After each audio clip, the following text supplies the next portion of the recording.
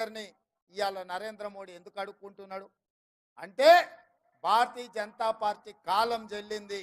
ఈ రాష్ట్రంలో 10 ఏళ్ల తర్వాత కేడీని ఎట్లకే బండకేసి కొట్టినరో 10 ఏళ్ల తర్వాత ఢిల్లీలో మోడీని కూడా బండకేసి కొట్టడానికి 140 కోట్ల ప్రజలు సిద్ధంగా ఉన్నారు. ఆ సంగతి నరేంద్ర మోడీ గారికి తెలుసు కాబట్టే ఇవాళ అతుకుల బొంత ఉడుతున్నాడు. కాంగ్రెస్ పార్టీ అధికారంలోకి రాదంటుండు. 2004 కంటే ముందు కూడా గిట్లే మాట్లాడి వాజ్పేయి గారు ప్రధానమంత్రి ఉన్నప్పుడు షైనింగ్ ఇండియా అని చెప్పారు. వాజ్పేయి గారికి ఎవరు అడ్డమే లేదు, అసలు ఎప్పటికీ కాంగ్రెస్ ఉండనే ఉండదన్నారు. కానీ అలా సోనియా గాంధీ గారి నాయకత్వంలో 2004, 2009 10 ఏళ్ళు యూపీఏ ప్రభుత్వం గెలిచింది. ప్రజలకు లోపల కాలుతుంది. 400 సిలిండర్ 1200 అయింది. 50 రూపాయల పెట్రోల్ 110 రూపాయలు అయింది. 40 రూపాయల డీజిల్ ఇవాళ 100 రూపాయలు అయింది. ఉప్పు, పప్పు, బెల్లం, చింతపండు, మంచి నూనె గురించి నేను చెప్పాల్సిన అవసరం లేదు. అంతెందుకు కేసీఆర్ మోడీ దెబ్బకు 50 రూపాయలు ఉన్న క్వార్టర్ 200 రూపాయలు అయింది. అవునా కాలే? చాలామంది మా సోదరులకు లెక్క తెలుసు కదా. మరి ఇవన్నీ ఎట్లా ధరలు పెరిగినాయి? ఇవన్నీ ధరలు పెరిగినాక ఇంకా మోడీకి ఓటేస్తారా? ఆయన ఏం చెప్పిండు? రైతులకు ఆదాయాన్ని రెండింతలు చేస్తాను, 2022 వరకు ప్రతి పేదవాడికి ఇల్లు కడతాను, స్విస్ బ్యాంకులో లక్షల కోట్ల నల్లధనం ఉంది, ప్రతి పేదవాడి ఖాతాలో 15 లక్షల రూపాయలు వేస్తా అన్నాడు. ఇట్లాంటివి ఆయన ఎన్ని చెప్పిండంటే ఇక లెక్క పెట్టే పరిస్థితే లేదు. మరి ఇవాళ అవన్నీ చేసిండా మళ్ళీ వచ్చి ఓట్లు అడగడానికి? ఇక ఆయన ఈటెల రాజేందర్ గారు రేవంత్ రెడ్డి ఆ ఊరు నుంచి వచ్చి ఇక్కడ గెలిచిండు కాబట్టి ఈయన కూడా ఈ ఊరు నుంచి వచ్చి ఇక్కడ గెలవాలని వచ్చిండంట. ఏంటికే వెళ్ళిన ఓటు? ఈయన మెడ్చల్లోనే ఉంటున్నావు కదా 10 ఏళ్ళ నుంచి. అవునా? ఈటెల రాజేందర్కి పక్కనే కదా ఇల్లు. ఎప్పుడైనా మన దగ్గరకు వచ్చి ఇక్కడ దిక్క ఈయనే కదా ఫామ్ హౌస్ కట్టుకున్నాడు. కానీ ఎన్నడన్నా మన దగ్గరకు వచ్చిండా? మరి ఎన్నడు రాంది ఇవాళ ఓటాడుగా నీకు ఎట్లా వస్తాడా మన దగ్గర? 10 ఏళ్ళు మంత్రిగా ఉన్నాడు, ఎప్పుడైనా మన దిక్కు చూసిండా? పెన్షన్ ఇచ్చిండా? ఇల్లు ఇచ్చిండా?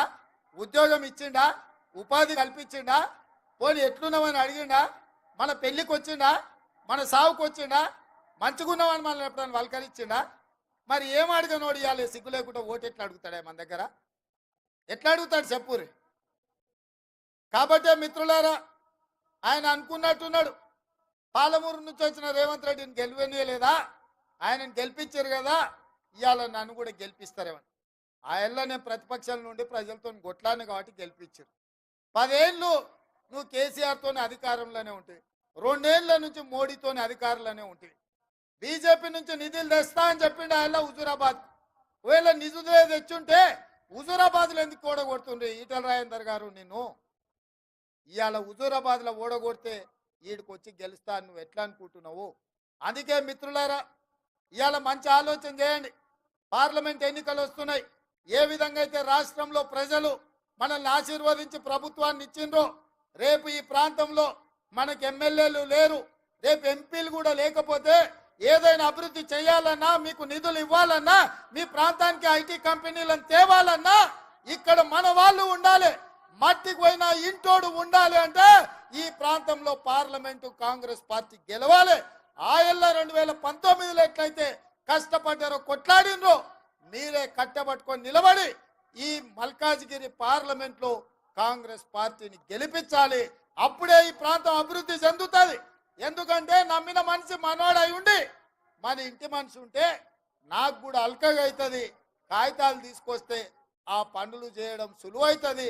అవసరమైతే ఢిల్లీలో మన ప్రభుత్వం రాహుల్ గాంధీ గారు ప్రధానమంత్రి అయితే మన ప్రాంతానికి నిధులు తెచ్చుకోవడానికి అవకాశం ఉంటుంది. ఇవాళ జంగయ్య గారు అన్నట్టు మెట్రో మేడ్చల్కు రావాలంటే ఈడ పార్లమెంటు మనం గెలవాలి. ఇవాళ ఈ ప్రాంతంలో అభివృద్ధి జరగాలంటే, ఈ ప్రాంతానికి ఐటీ కంపెనీలు రావాలంటే మల్కాజ్గిరిలో కాంగ్రెస్ పార్టీ ఎంపీ గెలవాలి.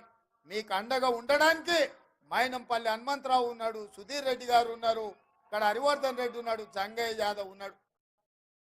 అన్నిటికంటే నేనున్న మీ సోదరుని మీకు అండగా. ఎవరికి భయపడాల్సిన పని లేదు. అపోజిషన్లు ఉన్నప్పుడే మన వాళ్ళు భయపడాలి. ఇవాళ మనదే అధికారం.